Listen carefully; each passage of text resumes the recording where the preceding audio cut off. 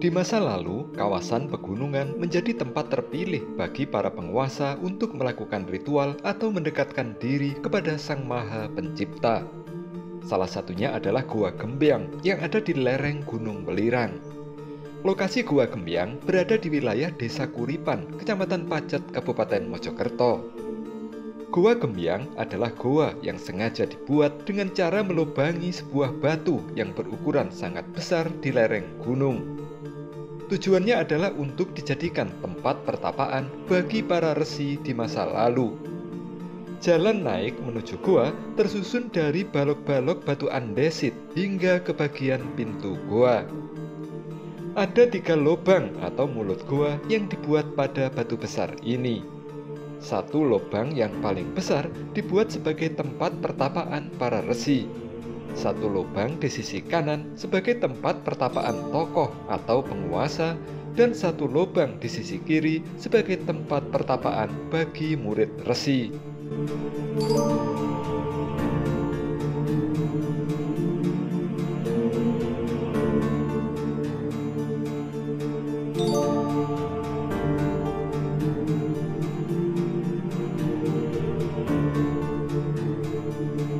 Area Gua Gembyang berada diduga dulunya merupakan mandala atau tempat pembelajaran keagamaan atau padepokan atau semacam pesantren di masa sekarang.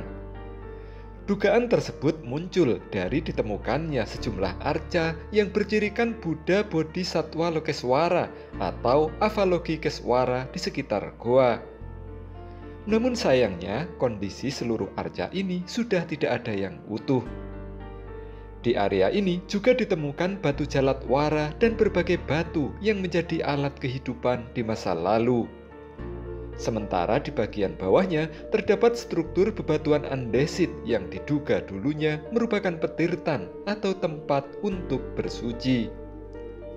Saat masih dalam pelarian akibat dikejar oleh tentara Warawari, Raja Airlangga pada abad ke-11 diduga juga sempat bersembunyi dan tinggal di goa ini. Demikian juga dengan Raden Wijaya, pendiri Majapahit pada abad ke-13.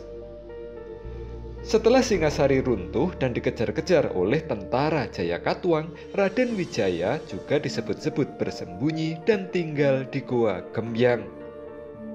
Nama Gua Gembyang sendiri adalah berasal dari nama salah seorang tokoh pengikut Raden Wijaya. Sehingga tak heran jika sampai sekarang sering ada orang yang datang ke Gua Gembyang untuk melakukan ritual mencari pusaka kerajaan warisan Singasari dan Majapahit. Sebab mereka meyakini saat masih dalam pelarian, Raden Wijaya menyembunyikan sebagian pusaka kerajaan besar itu di goa ini.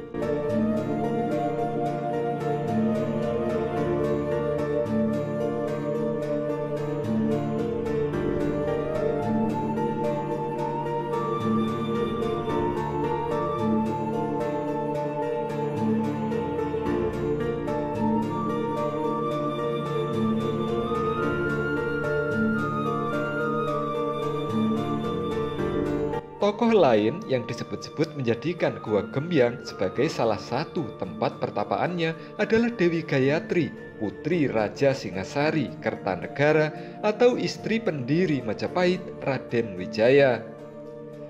Tempat lokasi semedi sang putri itu diduga adalah lubang goa di sisi kanan. Dugaan tersebut muncul dari adanya tempat duduk di dalam gua yang di bagian bawahnya terdapat relief ular naga tanpa jenggot yang menjadi simbol dari Ibu Suri Majapahit, Dewi Gayatri Rajapatni. Di dalam lubang gua yang berukuran besar terdapat 2 ruangan.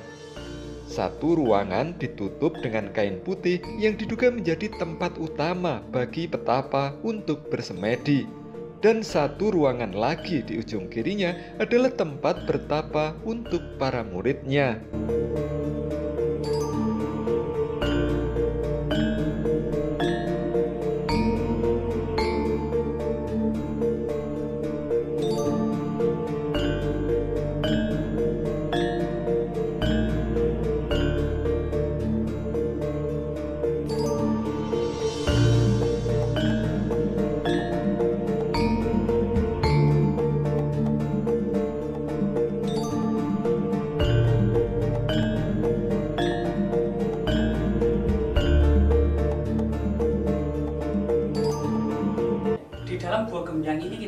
mendapati sebuah kursi meditasi atau tempat duduk untuk melakukan pertapaan dan meditasi. Di sini merupakan tempat duduk utama itu sendiri, ya, yang kemudian tempat duduk ini ada relief naganya atau relief naga raja ini sendiri. Nah, kemudian di sebelah sini ini disebut juga apa? Kursi kelir atau tempat duduk untuk emban atau semacam pada masa kuno ini, terutama di relief-relief candi, di relief yang ada di Candi Gunung Penanggungan ini ada relief namanya emban, yaitu seperti kertala, unta. Itu adalah kadehan atau pembantu yang menjaga dari gustinya, yang menjaga dari para raja itu sendiri. Yang kemudian pada masa Islam yang dikenal dengan Semar, Petruk, Bagong, nah, inilah namanya kadehan atau tempat duduk pengawal dari bangsawan atau raja itu sendiri. Turut ikut semedi bersama tuannya.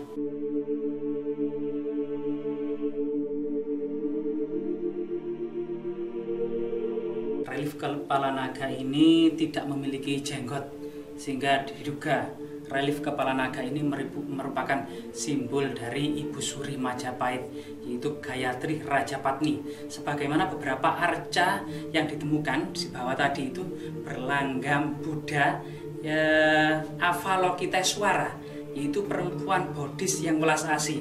Kalau di negeri Cina dikenal dengan Dewi Kuan Im. Ini merupakan perwujudan dari Ibu Suri Gayatri Rajapatni yang memang wanita Buddhis yang kemudian berpikir dan mengabdi kepada Majapahit, yang merupakan grand design dari kejayaan dan kemakmuran Majapahit itu di belakang layar. Situs Gua Gembyang ini terletak di Desa Kuripansari, Kecamatan Pacet, Kabupaten Mojokerto, Jawa Timur. Di desa ini berdekatan dengan lereng Gunung Penanggungan serta Gunung Welirang. Disinilah kemudian ada jejak-jejak yang sangat kuno, punden, termasuk kemudian Gua Gembyang ini juga berdekatan dengan situs Jolotundo yang dibangun pada masa Udayana tahun 1977 Masehi.